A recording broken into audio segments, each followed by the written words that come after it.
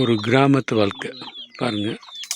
ஒரு பாட்டி 3 கல்லில் கம்பு வச்சு எங்களுக்காக தேநீர் போடுறாங்க.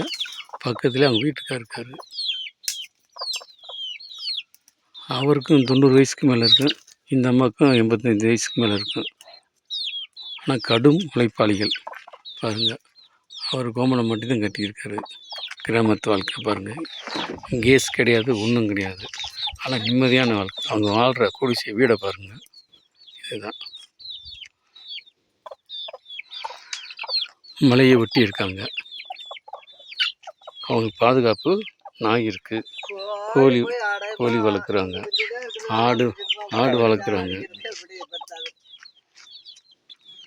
இவர் தான் பெரியவர். இவருக்கு எப்படியும் 90 வயசுக்கு மேலே இருக்கும்.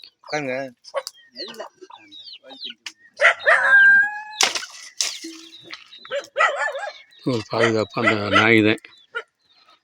அங்கே மலை அடிவாரத்தில் காட்டெருமைலாம் வருமா.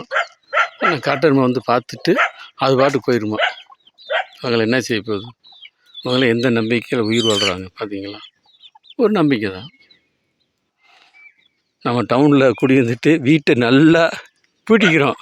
இவங்க கதவே இல்லை, மலை ஒட்டி அது எப்படி வாழ்கிறாங்க பார்த்தீங்களா?